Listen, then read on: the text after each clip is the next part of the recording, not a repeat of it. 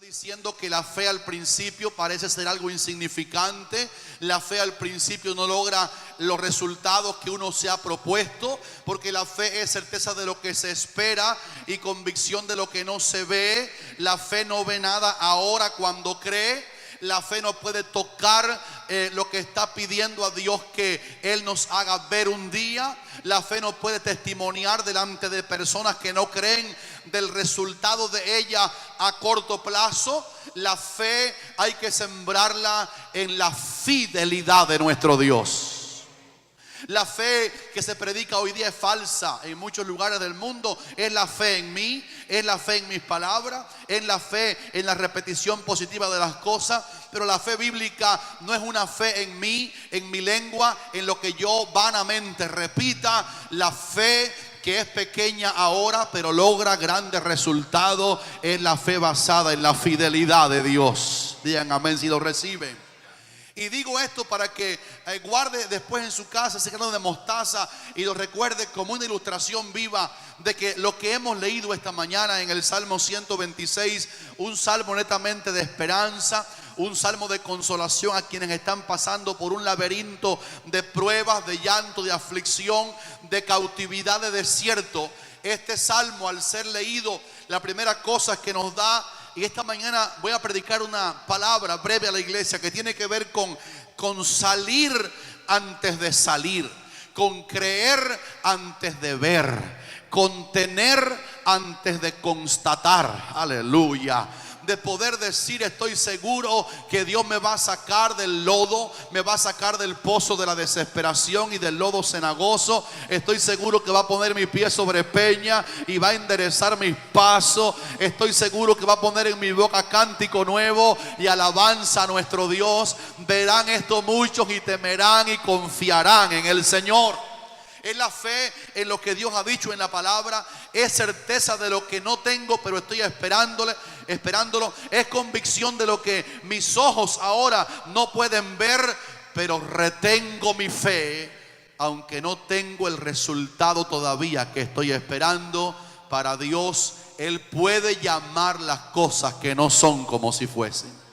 La estructura del salmo maravilloso que hemos leído esta mañana, este salmo de esperanza, es una estructura de fe. Noten conmigo, mis queridos hermanos y hermanas, rapidito, que el salmo sitúa la situación presente del creyente que está allí en un ambiente de esperanza. Los que tienen esperanza digan amén esta mañana. Sin duda veré la bondad del Señor en la tierra de los vivientes. Sin duda Dios me va a sacar y me va a dar una victoria grande si mi fe está puesta en la persona de Cristo Jesús.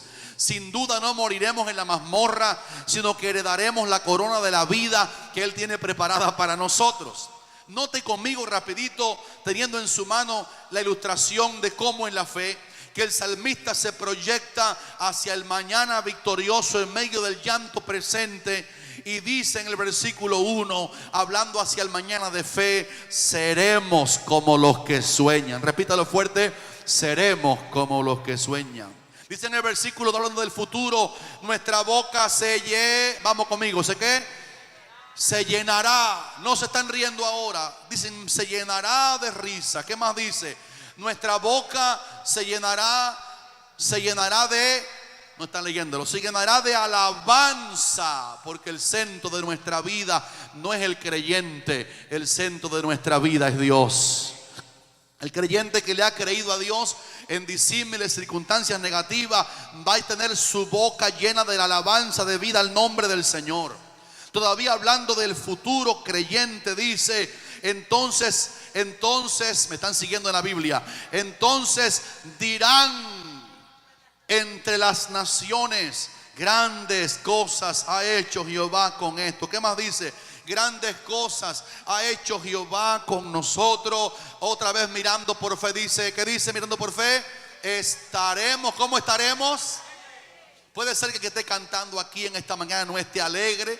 Este es el salmista diciendo cómo era su cautividad, pero diciendo por fe: nosotros estaremos alegres. La tristeza va a huir, el gozo del Señor vendrá, aleluya. El llanto se va a quitar, la alegría del Señor vendrá. En el versículo 4 el salmista clama a Dios: haz volver nuestra cautividad, oh Jehová, como los arroyos del Negev. Y dice en el versículo 5, hablando en voz de fe: los que sembraron con lágrimas, con regocijo segarán. No está diciendo que están recogiendo en este momento la cosecha. Están diciendo que han creído que el Dios Todopoderoso que anda con nosotros nos va a dar por siembra de lágrimas cosecha de consolación. Digan amén si creen eso. Versículo 6 dice: irá andando, esto es también para el futuro, irá andando y llorando. ¿Cómo irá? Dice, andando y llorando. Primero, el que lleva ¿qué tipo de semilla? La semilla, la fe, el evangelio, la salvación del Señor, lo que Cristo hizo por nuestras vidas en la cruz del Calvario, el anuncio de que solo Él me ha salvado del pecado. Es una semilla maravillosa y buena y preciosa. Aunque yo ande ahora, voy al mañana sembrando con lágrimas. El salmista levanta la fe y dice: mas volverá a venir con regocijo, trayendo sus gavillas. Lo pueden repetir en alta voz: volverá a venir con regocijo, trayendo sus gavillas. Ahora, al leer el Salmo 126, para tomar de él un poco de esperanza en medio de este valle de lágrimas que nos encontramos todos. El que está predicando aquí esta mañana lo está. Estoy seguro que todos los que estamos aquí estamos atravesando de alguna u otra manera, por una causa o por otra, un momento en nuestra vida que nos hace falta oír de un Dios que ha preparado en Cristo preciosas y grandísimas promesas. Mientras que estemos aquí, el evangelio tiene promesas. Esta piedad sirve para esta vida y también para la venidera. Este Dios es Dios nuestro, eternamente y para siempre. Él nos guiará aún más allá de la muerte. Noten, al meternos esta mañana en el tema del Salmo 126 para buscar consolación para nuestra alma, que el salmista alude a una palabra que es una palabra geográfica y está hablando del día que Jehová haga volver la cautividad de Sión. Así que el sujeto de la oración del salmista y de su anhelo en el Salmo 126 es una ciudad, es un monte cuyos habitantes son habitantes de Sión. Los que confían en el Señor son como el monte de Sión. Así es como se llama esta iglesia, para gloria del Señor. Y está diciendo que los habitantes de Sión están atravesando por un tiempo de cautividad. Noten el versículo 1 que dice: cuando Jehová hiciere volver la cautividad de Sión. ¿Quién está cautiva? Sión. ¿Qué le pasó a Sión? Sión ha sido llevada cautiva. ¿Qué le pasó a Sión? Los habitantes de Sión han sido invadidos por ejércitos enemigos de Sión. Se los han llevado. Ustedes saben que se refiere aquí en el contexto a aquellos judíos que fueron deportados varias veces. Y en esta mañana el contexto triste es Babilonia. Este salmo es un salmo primo, hermano, del Salmo 137 que dice: junto a los ríos de Babilonia, allí nos sentábamos y aún llorábamos y nos acordábamos de Sión. El salmo que estamos hoy leyendo es un salmo que tiene que ver con lo que le sucedió a los hermanos hebreos cuando el ejército de aquel malo Nabucodonosor vino y se llevó a los hermanos hebreos cautivos a Babilonia. Y están anhelando y dicen: oh, cuando Jehová hiciere volver la cautividad de Sión. Porque Sión despertó un gran odio en los enemigos. Sión despertó una persecución de parte de los enemigos de Dios. Quiero que me vayan siguiendo en esta mañana en la ruta que voy con la palabra. Sión ha sido envidiada por los enemigos. No comenzaron a atacar a Cesarea Marítima o de Filipos, o se fueron allá a las costas del Mediterráneo, a Tel Aviv, que antes era Jope. No, comenzaron a atar y a llevar cautivos a hermanos que vivían en Sión, porque Sión despertó la envidia a causa de algunas actividades maravillosas que ocurrían en Sión y de algunos tesoros grandes que había en Sión, que el diablo envidia. Y el salmista dice: Sión está cautiva, pero vendrá un día que Dios hará volver la cautividad de Sión. ¿Qué pasaba en Sión? En Sión había uno de los tesoros más grandes que Monte de Sión quiere aguantarlo aquí con nosotros. Y era que en el Monte de Sión David colocó el arca del pacto. David colocó la presencia de Dios. El instrumento que más habla de Cristo en el Antiguo Testamento, el arca del pacto. El propiciatorio por encima de los pecados de Israel. Una propiciación. Los ojos de Dios no miraban a los pecados que había representado dentro del arca del pacto, sino que una tapa de oro fino llamada como propiciatorio evitaba que la mirada del 3 veces santo creador miraran la vara de Aarón, el maná que estaba escondido en una urna, y las tablas del pacto, cuyas 3 cosas maravillosas fueron dadas a Israel en momentos de pecado. Y si Dios miraba aquellas cosas, podía acabar con Israel. Y había una tapa de oro fino que representa la justicia de Cristo. Cuando Él nos mira, no nos mira como somos, nos mira como Cristo es. Cuando Él nos mira, no nos mira como debemos, nos mira como el Cristo de la gloria pagó nuestra deuda en la cruz del Calvario.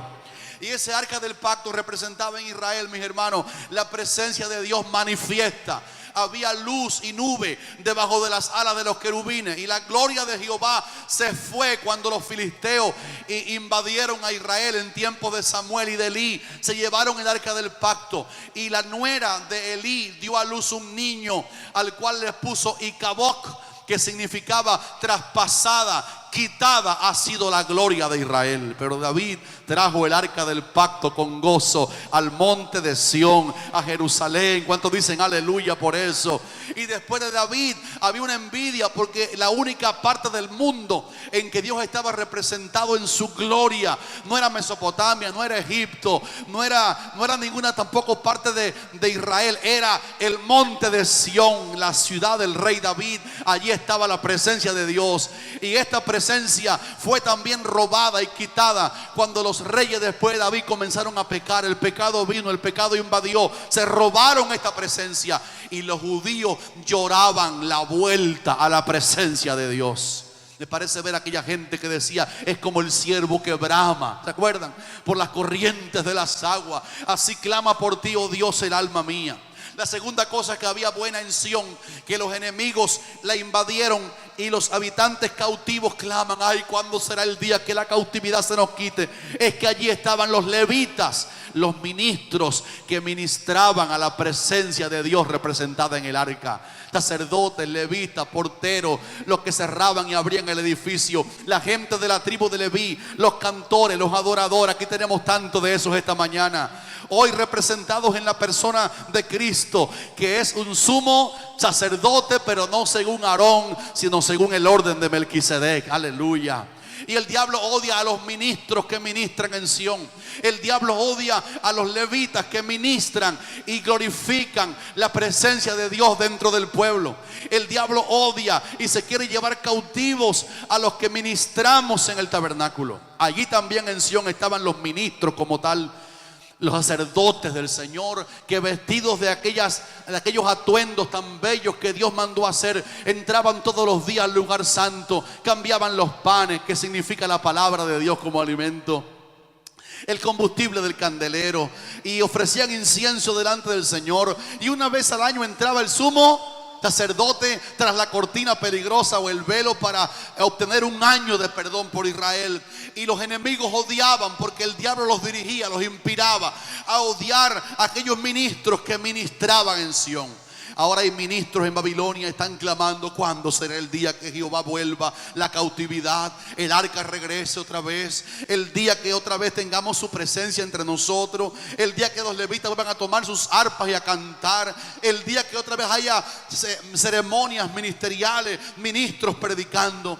Y allí también estaba en Sión el pueblo que sabía alabar al Señor. Pueblos todos, batir las manos, aclamad a Dios con voz de júbilo. Hágalo esta mañana. Pueblos todos, batir las manos, aclamad a Dios con voz de júbilo.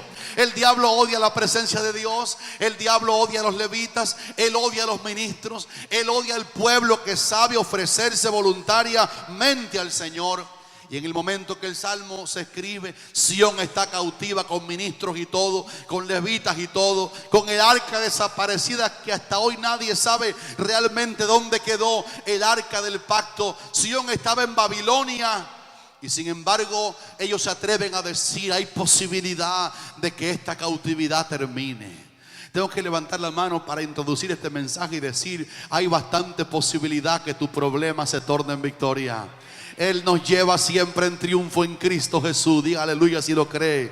Él nos lleva siempre en triunfo. Muchas son las aflicciones del justo, vamos conmigo, pero de todas ellas le librará Jehová. En el mundo tendréis aflicciones, pero confiad, yo he vencido al mundo. Y hay una posibilidad, lo están cantando en el Salmo 126 desde terrenos de desiertos. Y dicen ellos, ay, la cautividad del pueblo. Y parece que el salmista inspirado está dándose por sentado en su corazón que viene un tiempo cuando Dios ha puesto un tiempo de caducidad a la esclavitud. Dios ha puesto un tiempo de caducidad a la prueba que estás pasando. Y quiero decir esta mañana para que se gocen, hay tipos de pruebas que solamente nos acontecen una sola vez y no se repiten otra vez. Una sola vez hubo un diluvio universal. Una sola vez Dios acabó con Sodoma y Gomorra con fuego. Una sola vez estuvo Daniel en el foso de los leones.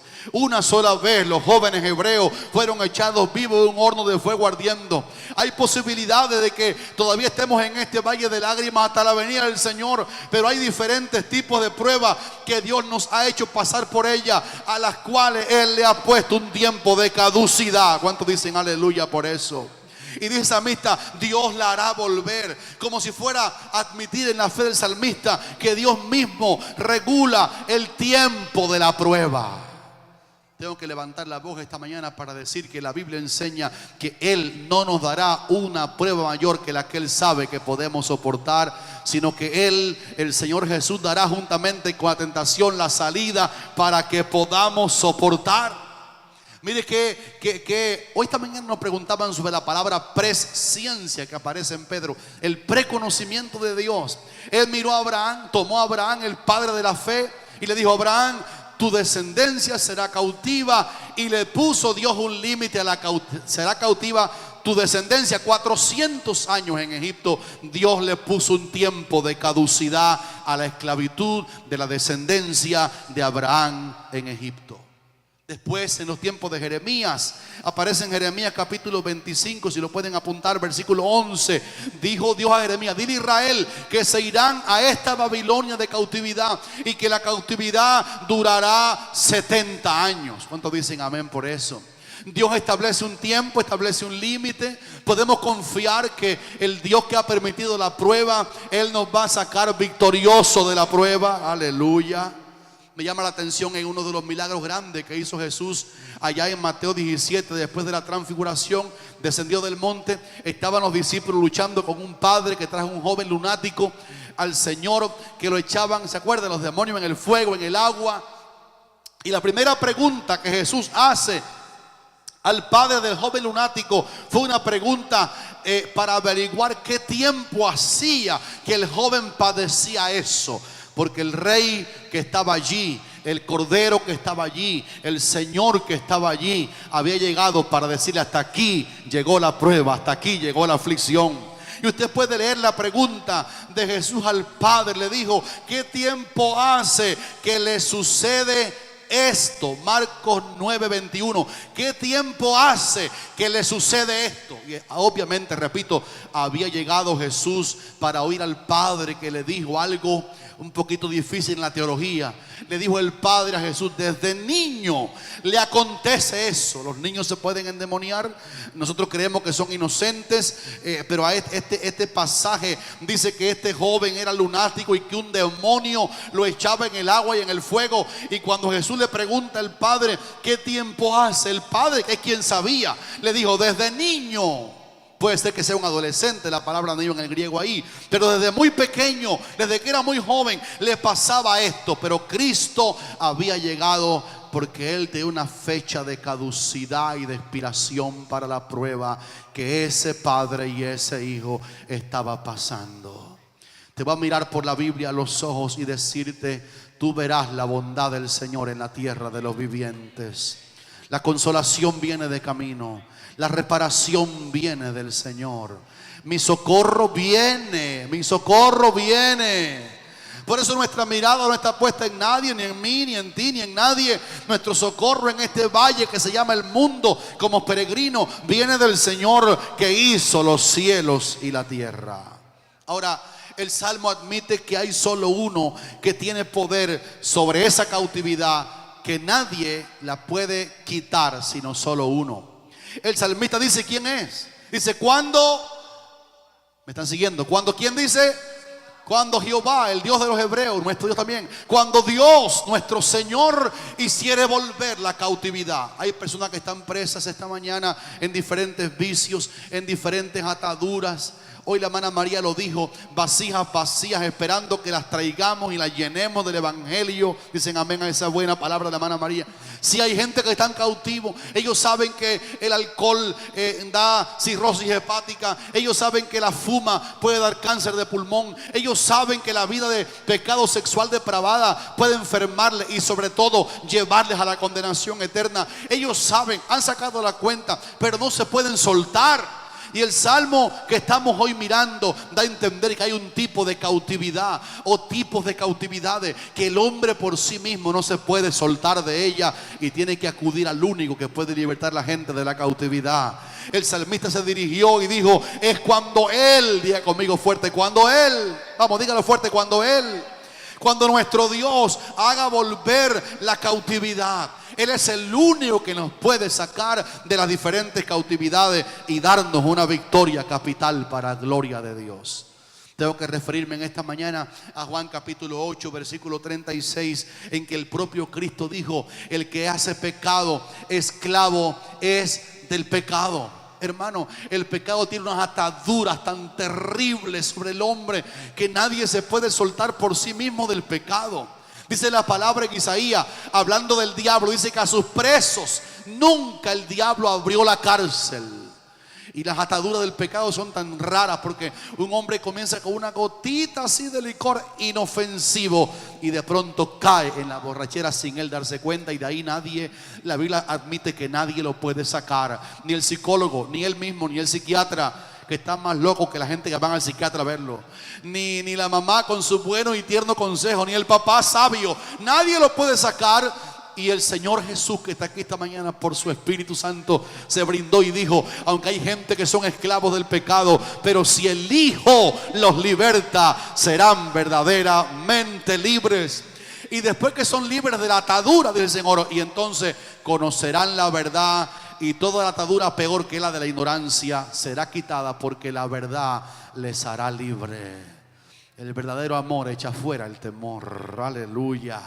Tenemos que levantar esta mañana la mirada en el Salmo y decir: ciertamente el salmista canta aquí que hay una intervención divina que va a venir y que la persona va a ser libre de su atadura y su desierto por una acción soberana de nuestro Dios Todopoderoso. Ahora, me llama la atención que a pesar del testimonio que el salmista canta aquí, el salmista en el versículo 4 da a entender que él tiene fe como un grano de, ya botaron el grano de mostaza, se le fue, no sé dónde lo pusieron, está en la cartera, en el bolsillo, ya no los vi en la mano. Yo estaba viendo aquí ahorita con una lupa a ver si veía su mano, el grano de mostaza, pero ya ustedes lo botaron. Seguro que lo tiraron por allá. Guarde lo que es un regalo que le trajo el pastor de Israel, hermano. Qué gente esta.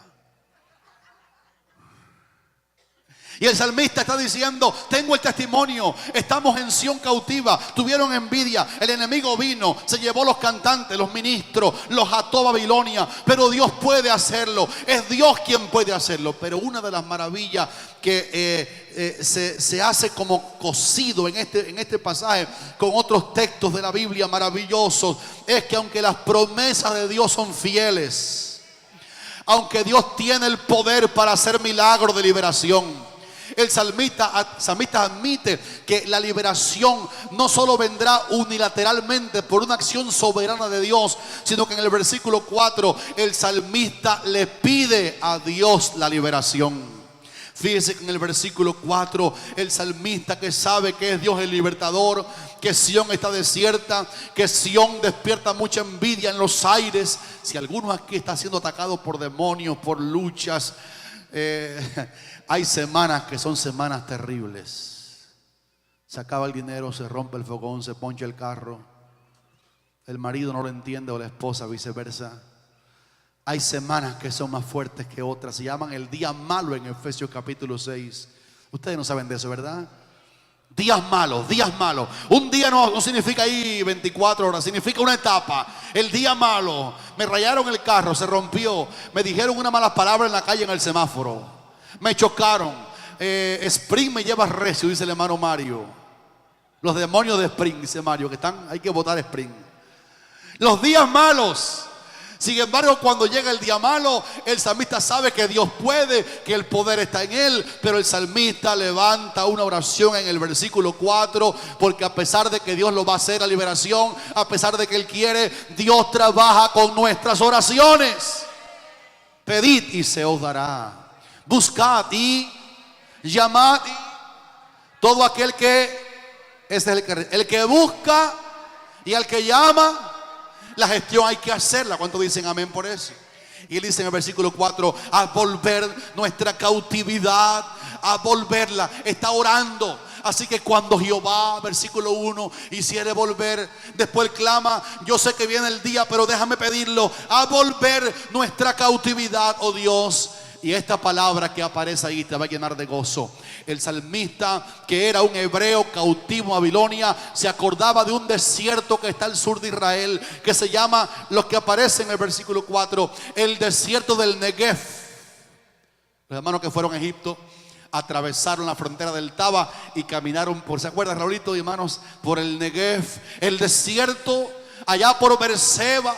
Abraham estuvo allí en el Negev una vez. Y el salmista dice, Señor, escuchan que esto le va a encantar a la hermana Luisa. El salmista dice, oh Señor, a volver nuestra cautividad. Y él le puso a Dios una manera, escuchen esto para que se gocen. Él le puso a Dios una manera como él pedía que la cautividad se acabara. Él le puso una condición a Dios en el sentido humilde de decirlo, como a la manera que él pedía que pasara la cautividad de los obreros, de los ministros, del pueblo cautivo de Sión en tierras paganas. Y dijo, a volver nuestra cautividad, oh Dios, como los arroyos del Negev. Escuchen esto, allá en el Negev, en uno de los desiertos de Israel, en la parte sur que colinda con la frontera de Egipto y con el gran desierto de Sinaí, hay unos arroyos que en el verano están todo el tiempo secos. Así estaba clamando el salmista en un desierto de cautividad. Está clamando como seco, está clamando sin aguas, está clamando sin alegría, está clamando sin gozo, está clamando diciendo, viene por fe. Grano de mostaza, viene por fe. Estamos aquí en la mazmorra, estamos aquí en el desierto, pero no estaremos aquí por mucho tiempo, porque un día Dios hará volver la cautividad de Sión. Y cuando clama dice, Padre, pero quiero pedirte, Dios libertador, que nos saque de Babilonia a la manera que tú haces con los arroyos del Negev. Y los geógrafos dicen lo que para el salmista no era geografía estudiada, sino vivencia, que cuando los arroyos del Negev estaban completamente huecos, nada más que el cauce seco en el verano, de pronto en las lluvias de invierno, lo grande era que de repente, sin que demorara chorro a chorrito, sino de repente los arroyos secos del Negev se llenaban de agua de una manera tan grande que si los habitantes no corrían de allí, el agua del Negev, que viene limpia de la montaña en el tiempo de aguacero, podía tirarles al piso, porque había una corriente que venía de súbito, una corriente que quitaba el desierto, una corriente que quitaba el cauce seco, una corriente que venía de súbito, que venía de repente, que venía de rápido. No era que se llenaba poquito a poco los arroyos del Negev. Lo grande de estos arroyos, que de pronto estaban secos y al siguiente 5 minutos estaban completamente anegados de agua. Si alguno tiene el grano de mostaza, levante, diga ahora, mi desierto y mi cautividad se va a quitar como los arroyos del Negev, que de pronto, de repente, diga conmigo, de repente, Dios puede cambiar la circunstancia negativa. De repente la circunstancia negativa se puede tornar en un testimonio de victoria. Aleluya, aleluya. ¿Cuántos creen eso, hermanos? Déjenme decirles por la Biblia. Los apóstoles fueron presos en la cárcel para que no predicaran más en el nombre de Cristo. La cárcel tenía puertas de hierro, pero de repente un ángel se metió en la cárcel y dijo: oye, salgan para afuera y prediquen al pueblo de Israel allá en el templo todas las palabras de esa vida. El pronóstico de los enemigos era que seguirían en la cárcel los apóstoles del Señor en Hechos capítulo 4 o 5. Pero de repente Dios envió un ángel a la cárcel y los sacó. Y por la mañana estaban predicando en el templo. Y el Sanedrín mandó: vayan a buscar en la cárcel a los apóstoles que pusimos en la cárcel para juzgarle. Y dijo uno: ¿a dónde tú nos mandas? ¿A la cárcel? No, Señor, están ahí. Ellos están predicando en el templo las palabras del reino de Cristo. ¿Cómo fue eso? Es que un ángel de repente se metió en la cárcel y la cautividad se cambió en victoria. Ahorita voy a cantar aquí: tú has cambiado mi lamento en baile, desataste mi cilicio, me ceñiste de alegría, por tanto a ti cantaré, gloria mía, y no estaré callado. Un secreto del Salmo 126 es que esta es una exclamación o una petición colectiva del pueblo. Fíjese qué importante que usted, cuando tenga cautividad, problemas, asuntos en este desierto que es este mundo, cuando la prueba sea muy fuerte, cuando las cadenas diabólicas te quieran oprimir, es bíblico en el Salmo 126 que pida oración a los hermanos de la iglesia. Esta mañana la hermana María recibió textos en su teléfono que decía: estamos orando por el viaje misionero a ese lugar difícil de Cuba. Cuando tengas problemas de atadura, cuando los demonios te quieren torcer el brazo y perderte de la alegría, pide oración a los santos, porque el Salmo 126 no es un salmo individual. Lo están cantando gentes en grupos que dicen: cuando Jehová hiciere volver la cautividad de Sión, seremos, diga conmigo, seremos como los que sueñan. Usted es un miembro del cuerpo de Cristo. Yo soy un miembro del cuerpo de Cristo. Cada uno en particular, pero todos somos muy importantes en el cuerpo de Cristo. La iglesia primitiva oró junta. La iglesia primitiva se reunía a orar. 10 días antes de Pentecostés estaban todos reunidos en el aposento alto. Fueron perseguidos y fueron a los suyos, pidieron oración, oraron al Señor que su nombre fuera glorificado. Y cuando oraron juntos, el lugar en que estaban congregados tembló. Quiero decir en esta mañana que el salmista y los que le acompañaban en esta súplica dijeron: Señor, a la manera que los arroyos del Negev, esto que le gusta a Luisa, se llenan de pronto de agua, de repente danos una sorpresa y ese hijo entre salvo por la puerta mañana por la mañana. Y esa persona por quien oro mañana conozca a Cristo como Salvador de su vida. ¿Cuántos dicen amén? ¿Cuántos creen que en un ratito Dios puede hacer una obra extraordinaria? Me llama la atención de mi tocayo en la Biblia, que leyeron aquí esta mañana, que mi tocayo sabía que Dios tenía unos de repente como los arroyos del Negev. En el sitio de Samaria no entraba nada y salía nada. Había hambre en Samaria, pero Eliseo dijo, por una palabra del Señor, dijo: mañana habrá comida a la puerta de Samaria. Aleluya. Estoy hablando de hoy domingo. Mañana la visitación de Dios va a ser contigo. Alguien va a levantar la mano para agarrar eso por fe. Levante la mostaza para que no se le olvide la mostaza. Tenga fe. Que su fe, aunque no sea muy grande, escuchen esto, esté viva como el grano de mostaza. Escuchen esto para hacer aquí una pausa. Dios no ridiculiza tu poca fe, lo que quiere es que tengas fe. Hay gente que se burla de que tú no tienes tanta fe. Estás así porque tu fe no alcanzó. Estás así porque tu fe. Manay predicó aquí una vez un mensaje tremendo. Cuando la fe no alcanza, aunque no alcance nuestra fe, el hombre, dijo Manay aquel día tremendo, dijo: este padre del joven lunático dijo: creo, ayuda mi incredulidad. Creo, ayuda mi incredulidad. Aunque tengas poquita fe, lo que importa es que tengas fe. ¿Cuántos dicen amén? Y Eliseo dijo Dios que habrá comida mañana, como los arroyos del Negev. De pronto viene. Dígame si lo recibe. De pronto viene. De pronto viene. Cuando han dicho que no hay, Él dice sí hay. Cuando aumentan la renta, Él te va a suplir para la renta. Cuando se pone cara la economía, Él te va a suplir, mi Dios. Si buscamos primero su reino, lo demás será añadido. Son añadiduras. Y dijo Eliseo, mañana habrá comida. Y dijo un príncipe que estaba allí, tiene que ser que Dios abra ventanas en el cielo. Y lo dijo así, déjeme yo suponer cómo lo dijo, con una mirada así despectiva, toda sin grano de mostaza. A Eliseo le dijo, tiene que ser que Dios haga ventanas en el cielo.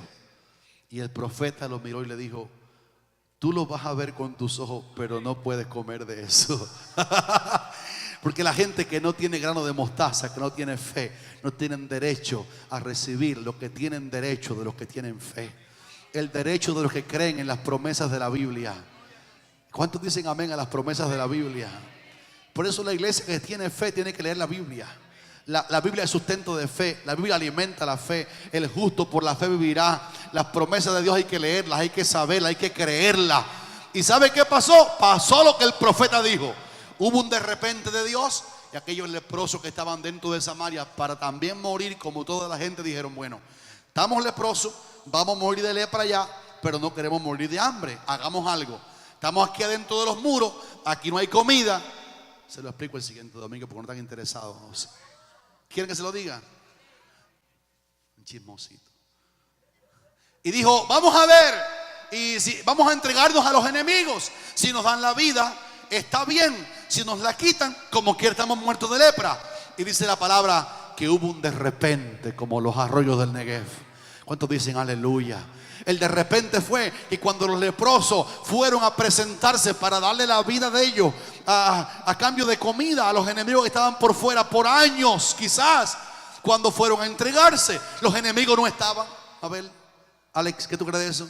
Y dice la palabra que vieron allí mantos y vieron comida y se hartaron la más querida. No eran tan espirituales como ustedes. Esa gente comía y tenían lepra y se hartaron de comida, manjares que había, y se hartaron y comieron. Y después vieron que había mantos y había riquezas y despojos. Y después que comieron dijeron, no estamos haciendo bien, hoy es día de buena nueva. Y nosotros callamos. Porque después que hemos conocido a Cristo tenemos que hablar de Cristo a la gente. Dando es como se recibe. Cuando déjame oír un amén bien grande, un amén bien grande. Cuando predicamos, recibimos. Cuando compartimos, recibimos. Digan amén, hermano. La vida que fluye en el Espíritu es la vida que predica, que le habla a otros del Señor. ¿Cuántos dicen aleluya? Yo tengo la meta y estoy lográndola gracias a la misericordia del Señor, de que toda persona con quien yo constate en la calle, le voy a dar una palabra siempre del evangelio. Esa es mi meta. Estoy haciendo, y los que están conmigo saben eso. En el mercado le predico, en el parqueo le predico, aunque sea una palabra. Y dijeron ellos, estamos comiendo, pero adentro la gente muere de hambre. Vamos a avisar al rey para que el rey sepa que afuera ya se fueron los enemigos, porque hubo un arroyo del Negev. Hubo un de repente de Dios. Aleluya, aleluya. Y cuando avisaron, dijo el rey, no, eso es mentira. Dijo el rey, es que los enemigos se replegaron para ver qué hacemos. Y cuando salgamos, van a atacarnos otra vez. Y dijo el rey, vamos a hacer la cosa como lo sabio. Y envió unos hombres a caballo a ver si era verdad que los enemigos habían huido. Y la gente en caballo fueron y vieron que no era lo que el rey decía, era que habían huido, porque dice la palabra que de repente, aleluya, Dios había hecho oír un ruido en los oídos a los enemigos, un ruido sobrenatural de Dios que no era real en el sentido físico. Y habían dicho, es que el rey de Israel tomó a salario los reyes de aquí de las comarcas y vienen a atacarnos. Y se fueron de verdad huyendo. Y la gente, cuando supo que era verdad que había comida afuera, salieron por la puerta a buscar la comida que los leprosos hartos les estaban diciendo que había afuera. Y el príncipe que había dicho, tiene que ser que Dios abra ventana, él también quería comer. Y se fue afuera con la gente a comer lo que no creyó. Y el que no trabaja no come, y el que no cree no recibe. Dije segunda de Eliseo 3:2, el que no cree no recibe. Ese es el lenguaje de la Biblia. Hay que creer en las promesas del Señor. Y pasó lo que Eliseo dijo. La gente lo atropelló. Y cuando vinieron la gente a comer, dice la palabra que el hombre fue atropellado por la gente en la búsqueda de la comida. Y le pasaron por arriba los zapatos de los hambrientos de Samaria. Y lo aplastaron y murió en la puerta. Exactamente como el profeta ayer había dicho. Con una lección, hermano. Dios es digno de ser creído. Todas las promesas de Dios son sí y amén por medio de nosotros y para la gloria de Dios. El salmista canta aquí: Señor, a volver nuestra cautividad como los arroyos del Negev. Cuán importante entonces que nos unamos en clamor y le pidamos a Dios que nuestra cautividad termine. Y en estos 10 minutos, 7 que me faltan, yo quiero decirles a ustedes que las aflicciones que en el Salmo aparecen al lado de las consolaciones del Señor. El salmista acabó el Salmo casi diciendo: los que sembraron, vamos a repetirlo fuerte, los que sembraron con lágrimas, con regocijo, segarán. Y yo quiero que alguien escriba esto, porque nada más que lo voy a dictar así rapidito. Cuando las pruebas vienen, y la Biblia dice que cuando sembramos con lágrimas, número uno, estemos creyendo que las lágrimas, y no son las lágrimas que la gente derrama porque pecó, son las lágrimas que se derraman mientras servimos al Señor. Aquí admite que es el que lleva la preciosa semilla. El que comparte el evangelio es odiado por los enemigos de Sión. Usted es un ministro de Dios. Usted está llamado a compartir el evangelio con todo el mundo. Aleluya. Deja ver las manos de los que saben que esa es la misión principal de la iglesia. Ir por todo el mundo y predicar. El Señor se lo entregó a su iglesia. Los ángeles no pueden. Ya fue sentado arriba en el trono del Señor. Vayan ustedes, mis discípulos, prediquen. Y dice que mientras vamos con la semilla preciosa, no me avergüenzo del evangelio porque es poder de Dios. La semilla es poder de Dios. Vamos a ir a hacer la obra andando, o sea, dejando todo atrás, lo que pesa. Y vamos a ir, pero iremos andando y llorando. Y mientras sirve al Señor con llanto y con dolor, mientras yo sirvo al Señor sufriendo y sembrando con lágrimas, debo acordarme que voy a recoger una cosecha de gozo para mi propia alma. Mientras sirvo al Señor, voy subiendo. Recuerden que Sión estaba arriba. Ellos subían al monte de Sión. Están esperando que la cautividad acabe allá y que puedan subir. Subamos, decían ellos, subamos al monte del Señor. Curiosamente, la Biblia habla de cuando estamos llorando, estamos subiendo. Y este es uno de los pasajes más elocuentes, mis hermanos y hermanas, de la Biblia sobre llorar subiendo. David un día subió la cuesta del monte de los olivos y la Biblia dice que la subió llorando, con los pies descalzos. Fíjese con cuidado que el Salmo 126 que estamos hoy mirando aquí rápido se llama arriba cántico gradual. Significa cántico de subida. Y era uno de los cánticos que se cantaban subiendo la escalinata del templo de Jerusalén. Ellos cantaban el cántico gradual porque sabían que si podemos llorar mientras servimos al Señor, bíblicamente llorar en la obra del Señor es subir a un nivel de adoración y de victoria. ¿Estás llorando en esta mañana mientras sirves al Señor? Te vas a asombrar de que Dios te va a poner en un lugar de honra si puedes soportar llorar y servirle sin renegar del Señor. David, segundo de Samuel 15:30, David subió la cuesta del monte de los olivos y la subió llorando. Así que en esta mañana tengo una palabra de fe. Los que están aquí sembrando con lágrimas y sirviendo al Señor y llorando, es mentira de que si que me convierto al Señor paro de sufrir. Eso es falsa doctrina. El Señor dijo que ahora, porque le conozco a Él, tengo 2 contra 3 en la casa. Y el Señor dijo: a causa de mí los enemigos del hombre pueden llegar a ser, ¿qué cosa? Los de su propia casa. Pero mientras que sufres y lloras, recuerda bíblicamente, tu llanto en el Señor te va a ir subiendo a un nivel de victoria. Mientras sirvo al Señor y sufro, estoy siendo ungido por un aceite fresco del Señor. ¿Sabes qué monte fue el que David subió llorando? Dice la palabra que subió a la cuesta del monte de los olivos. Y los olivos son la materia prima del aceite de oliva.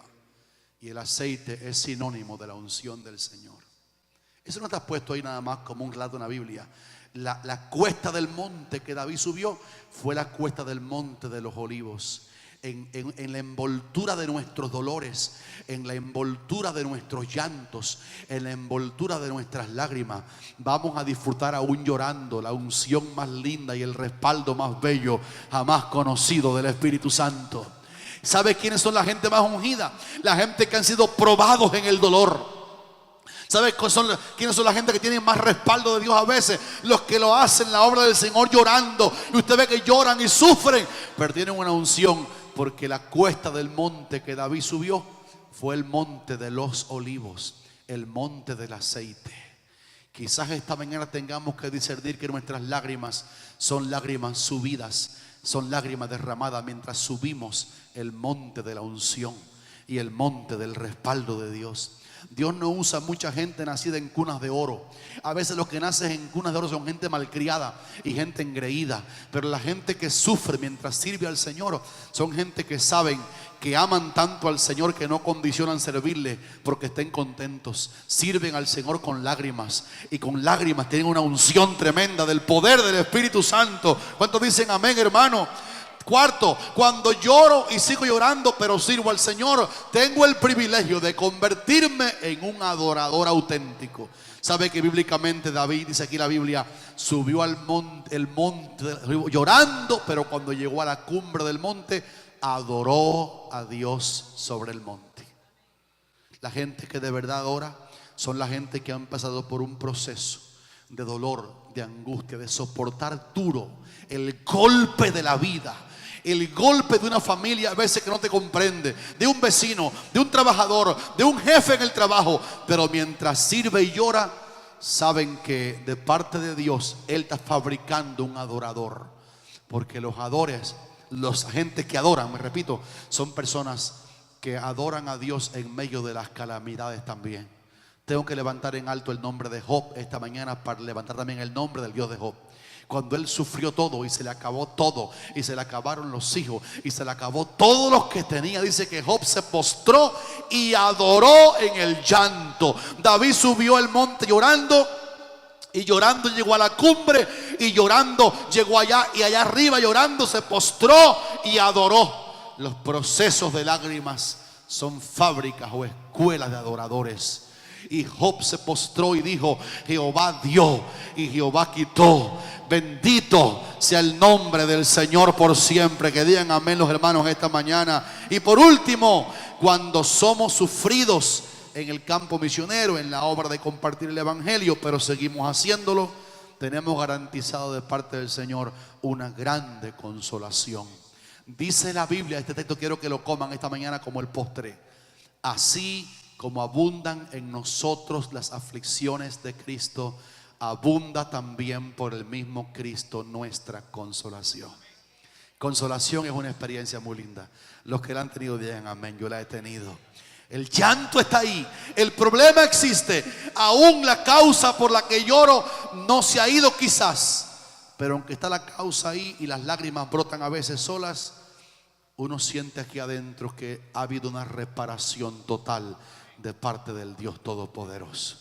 Siga sembrando con lágrimas sin poner el reverso en su carro de la fe cristiana, y levante el grano de mostaza que le regalé y diga: Señor, este grano de mostaza ya lo botaron. Levántelo. Este grano de mostaza significa o simboliza que mi fe todavía está viva, que yo veré la bondad del Señor, que no paro hasta el cielo, que soy fiel hasta la muerte, hasta que Él me dé la corona de la vida, que aún un poquito y el que ha de venir vendrá y no tardará, y que el justo vivirá por fe, y que si retrocede no agradará al alma del Señor. Pero tú y yo no somos de los que retroceden para perdición, sino de los que tienen grano de mostaza, los que tienen ¿qué? Fe para preservación del alma, porque pronto las lágrimas pasarán y oiremos la voz de aquel que permitió el llanto para fabricar adoradores, consolaciones y va a decirnos: ven, buen siervo y fiel, sobre poco has sido fiel, sobre mucho te pondré. Entra, a ver, ¿quién sabe? Entra, ¿dónde dice? En el gozo de tu Señor. Los que siembran con lágrimas recogerán con el gozo del Señor. ¿Cuántos dicen aleluya? Yo quiero pedir esta mañana que levantes tu mano y oremos. Padre, gracias por tu palabra. Tu palabra está llena de tu gloria. Tu palabra está llena de esperanza. Tu iglesia hispana en este país se esfuerza. La iglesia americana también. Y en cada nación del mundo la recompensa es para los esforzados. El que venciere heredará todas las cosas. El que venciere, tú le darás que se siente contigo en tu trono. El que venciere, le harás columna en el templo de mi Dios. Esta mañana recuérdanos que en ti hay fuerza para mantenernos sólidos durante el llanto. Y que esta mañana tu palabra nos ha puesto en esperanza y nos ha dicho que si sembramos con lágrimas, vamos a recoger con regocijo. Padre, gracias por la iglesia. Gracias porque siempre tú envías una palabra que yo necesito escuchar. Y esta mañana yo he recibido esta palabra que tú nos diste en tus escrituras para alentar nuestro caminar por el mundo. Y saber que aunque somos odiados por este mundo pagano, nos puedes retornar y nos puedes devolver las herencias. En el nombre de Jesús te queremos dar un poquito de gracias esta mañana. Ahora póngase de pie, tome un pandero en la mano si lo tiene ahí a mano. Si no tiene pandero en la mano, dele un aplauso con sus dos manos al Señor, pero hágalo fuerte y sáquese un aleluya. Diga aleluya.